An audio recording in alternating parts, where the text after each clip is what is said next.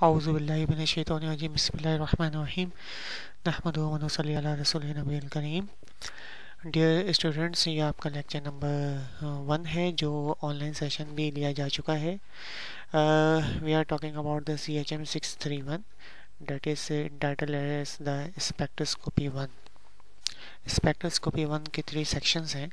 ये बात क्लास में भी डिस्कस की जा चुकी है और ऑनलाइन जो पहली क्लास ली गई है उसमें भी डिस्कस की जा चुकी है कि इन लेक्चर्स में 3 सेक्शंस हैं। थर्ड सेक्शन जो है spectra of the transition metal complexes, वो मैं आपसे शेयर करूँगा इंशाल्लाह अज़ीज़। बाकी 2 सेक्शन दूसरे टीचर आपसे शेयर कराएंगे। सबसे पहले हम बात करते हैं स्पेक्ट्रोस्कोपी की। तो स्पेक्ट्रोस्कोपी क्या होती है? बेसिकली स्पेक्ट्रोस्कोपी इस जो इंटरेक्शन है इलेक्ट्रोमैग्नेटिक रेडिएशंस का विद द मैटर, उस फील्ड को कहा जाता है स्पेक्ट्रोस्कोपी। ठीक है। अच्छा, स्पेक्ट्रोस्कोपी में जो इलेक्ट्रोमैग्नेटिक रेडिएशंस का मैटर के साथ इंटरेक्शन हो रहा है तो यकीनन electromagnetic radiation will influence the electronic transition in the atom and the molecule. ठीक है। यूजुअली जो हम स्पेक्ट्रोस्कोपी लैब्स में परफॉर्म करते हैं उसमें हमने यूवी और विजिबल स्पेक्ट्रोस्कोपी को फोकस किया है और इसमें भी हमने मॉलिक्यूलर स्पेक्ट्रोस्कोपी और एटॉमिक स्पेक्ट्रोस्कोपी को स्टडी कर चुके हैं। यानी कि स्पेक्ट्रोस्कोपी बेसिकली 2 टाइप्स की होती हैं, एक तो मॉलिक्यूलर स्पेक्ट्रोस्कोपी और एक एटॉमिक स्पेक्ट्रोस्कोपी। मॉलिक्यूलर स्पेक्ट्रोस्कोपी का मतलब ये है कि the interaction of the electromagnetic radiations with the molecule, right? And if there is the atom to interact with the electromagnetic radiation, this is called the atomic spectroscopy. Got it? Now spectroscopy basically 2 types के होते हैं। Spectroscopy को major करने के लिए जो instrument we have to use is called the spectrometer. Spectrometer वो instrument होता है जो कि बेसिकली इस interaction of the electromagnetic radiations with either the molecule or the atom को मेजर किया जा रहा होता है। एंड हाउ इट मेजर, जब इलेक्ट्रोमैग्नेटिक रेडिएशंस इंटरेक्ट करती है यानी कि एब्जॉर्ब होती है या इमिट होती है फ्रॉम द एटम और the molecule, so what will happen, electronic transitions occur होते हैं। इलेक्ट्रॉनिक ट्रांजिशन होने की वजह से यानी कि जब एब्जॉर्प्शन हो रही है तो ग्राउंड स्टेट से एक्साइटेड या एक्साइटेड फर्स्ट एक्साइटेड से सेकंड एक्साइटेड एनर्जी लेवल में इलेक्ट्रॉन ट्रांसफॉर्म होता है, ट्रांजिट होता है, और इमिशन प्रोसेस में इलेक्ट्रॉन एक्साइटेड स्टेट से ग्राउंड स्टेट में या फर्स्ट एक्साइटेड या सेकंड एक्साइटेड स्टेट से यानी हायर एक्साइटेड स्टेट से लोअर एक्साइटेड स्टेट में इलेक्ट्रॉन ट्रांसमिट होता है, दैट इज ट्रांजिट होता है, that is called emission spectroscopy. Spectroscopy को मेजर करने के लिए जो स्पेक्ट्रोमीटर इस्तेमाल किया जाता है, basically it convert the electromagnetic radiation responses into the some useful information. ठीक है, like in the form of the spectroscopy it is absorbance, transmittance, optical density, etc. सो किसी भी इंस्ट्रूमेंट में जैसे कि स्पेक्ट्रोमीटर में 2 इम्पॉर्टेंट पार्ट होते हैं, एक कॉल्ड द रिसीवर और दूसरा द ट्रांसड्यूसर। रिसीवर वो पार्ट होता है basically which receive the signal और stimuli from the surrounding, and transducer basically transform the signal into some useful information, like in the case of the spectroscopy it is absorbance, optical density, transmittance, something like that. Okay, spectrometer is of 2 types. Number 1 is the single beam spectrophotometer. इससे पहले हम बात करते हैं कि spectrometer basically of 2 type. Number 1 is called the photometer and second one is called the spectrophotometer.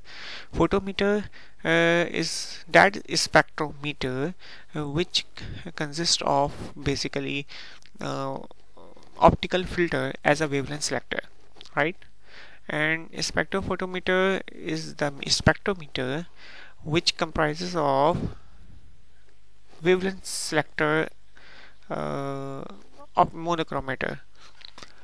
Monochromator में आपने पहली क्लासेस में या दूसरे कोर्सेस में पढ़ा होगा कि मोनोक्रोमेटर में बेसिकली डायफ्रैक्शन ग्रेटिंग या प्रिज्म यूज़ हो रहा होता है, जबकि optical filter are just the coloured glass. तो फोटोमीटर में ऑप्टिकल फिल्टर यूज़ किया जा रहा है और स्पेक्ट्रोफोटोमीटर में monochromator as a wavelength selector इस्तेमाल किया जा रहा है। अच्छा, there is further classification of the spectrometer. Number one is a single beam and number two is the double beam. Single beam का मतलब ये है कि there is a one compartment to pass the light from coming from the source to the detector, and the double beam का मतलब ये है कि there will be the two beam of the light of the same two beam of the light coming from the same source.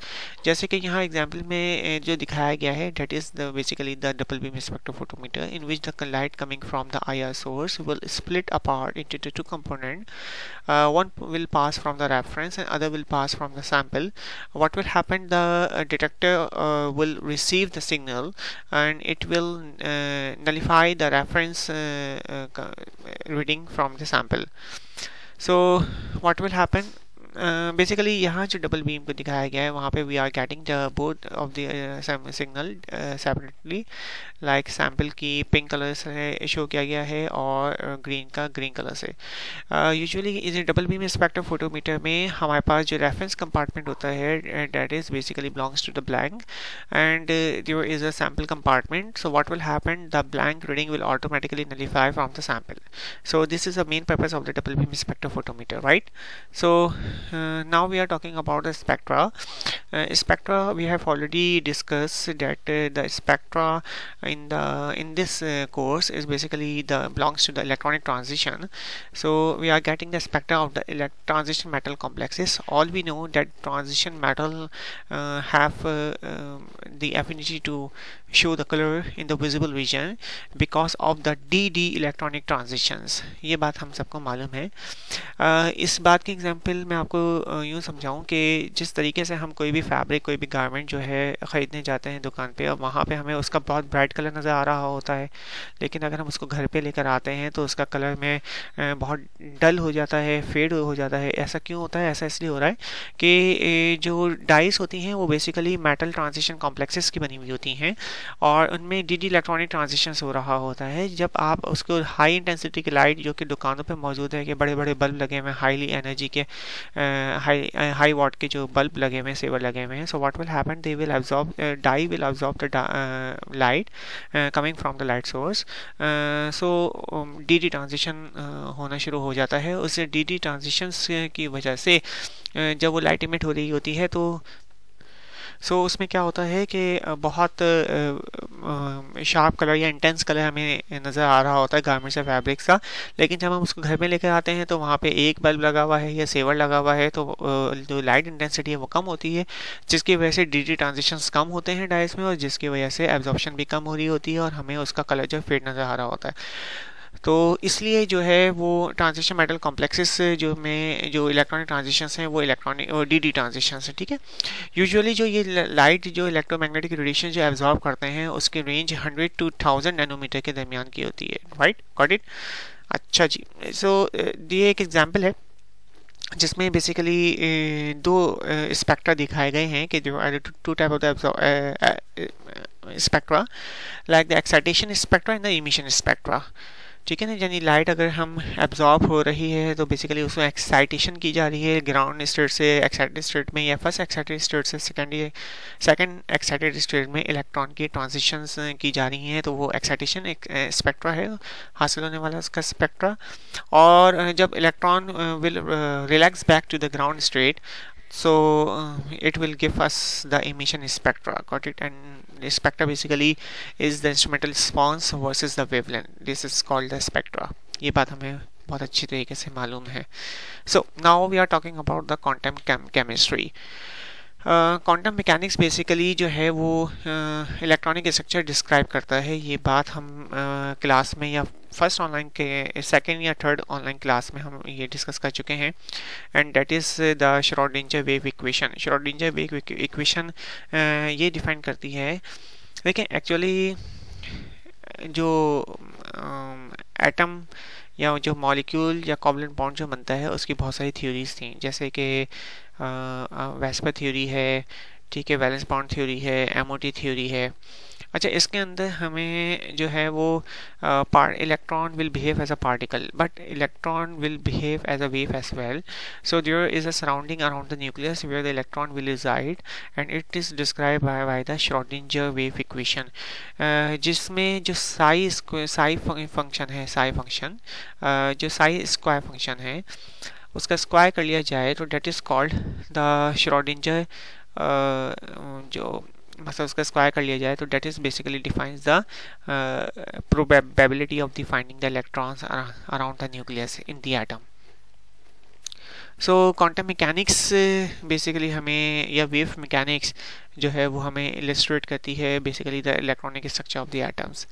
अच्छा, quantum numbers, quantum mechanics से बात की जाएगी तो क्वांटम नंबर्स हमारे सामने आएंगे. वो इसलिए कि इलेक्ट्रॉन की रेजिडेंसी को शो करने के लिए we will have the different type of the quantum numbers.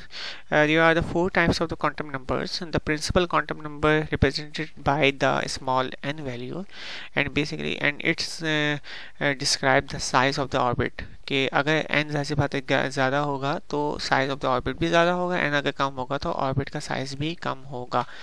दूसरे अगर हम बात करें तो एजीमुथल क्वांटम नंबर.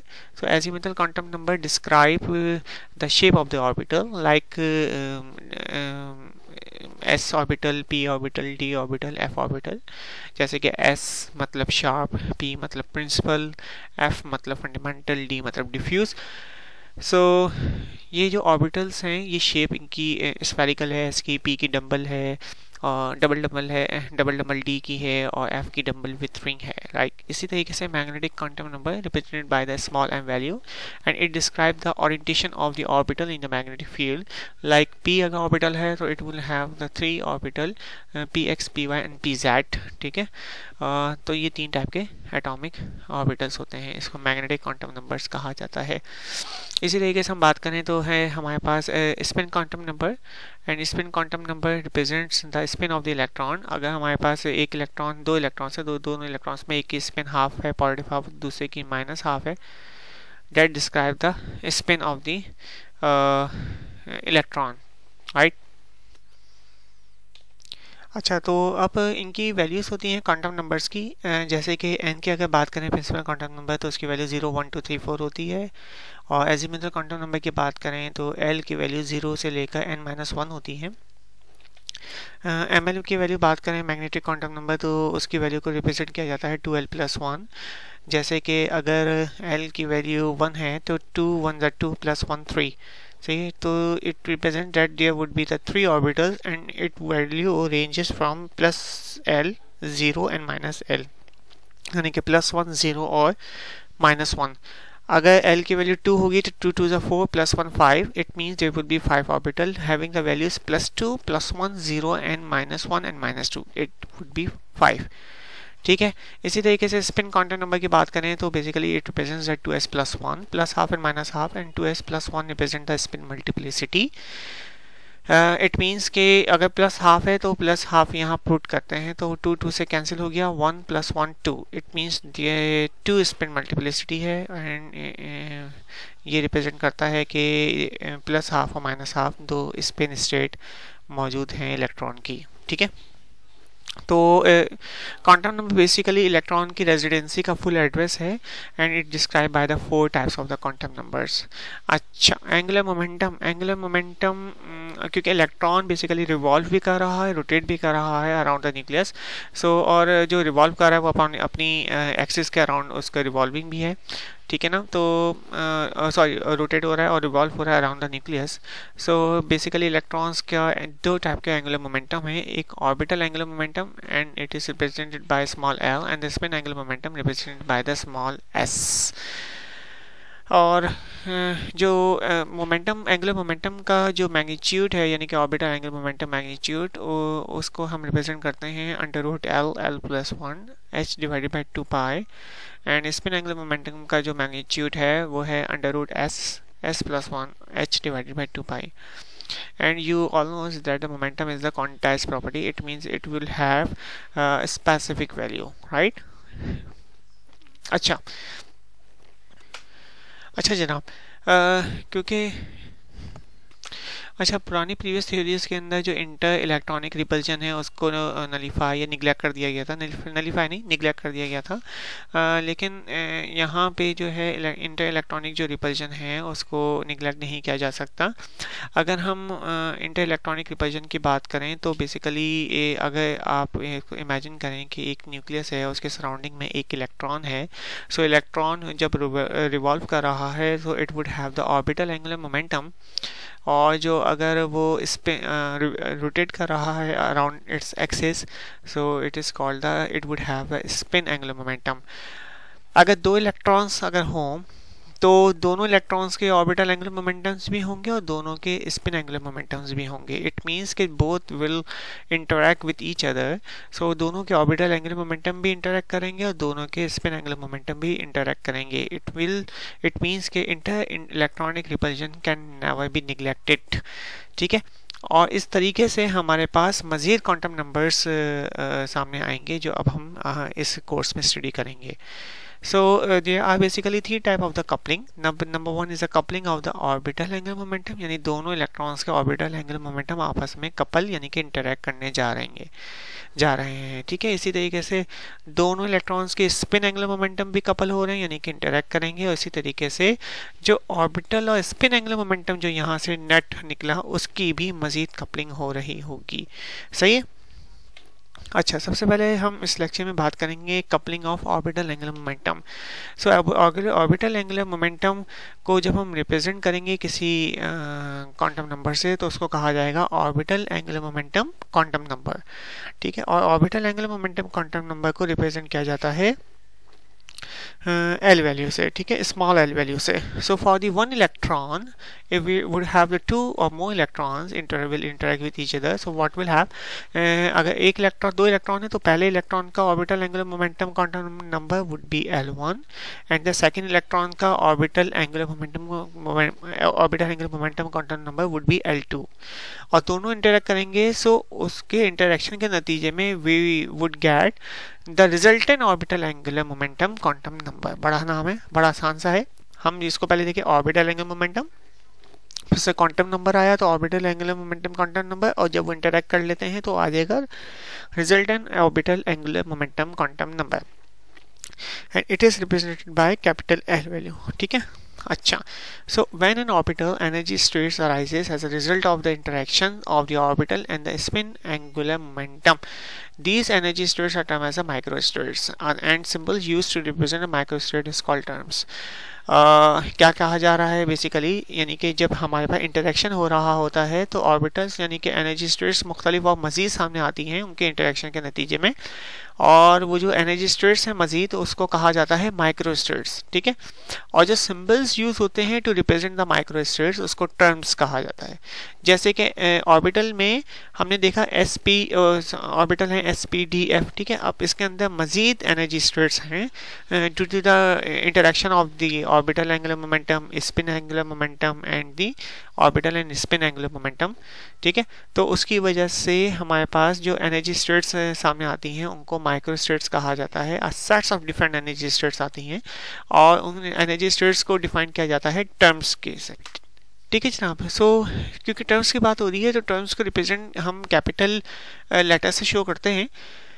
तो यूजुअली जो इसमें एजिमुथल क्वांटम नंबर है उसे हम small S, small P, small D, small F से रिप्रेजेंट करते हैं ना, जबकि यहाँ पे जब टर्म्स को डिफाइन किया जाएगा वहाँ पे कैपिटल लेटर से शो किया जाएगा, यानी कि capital S, capital P, capital D, capital F.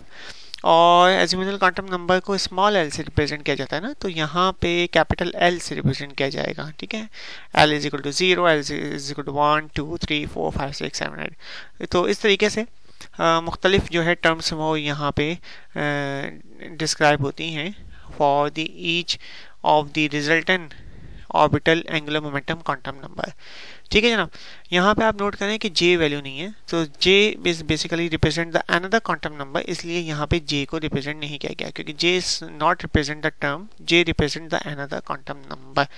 So this is end of the lecture number 1. Basically it is not the lecture number 1, it is lecture number I think 2 or 3. yes.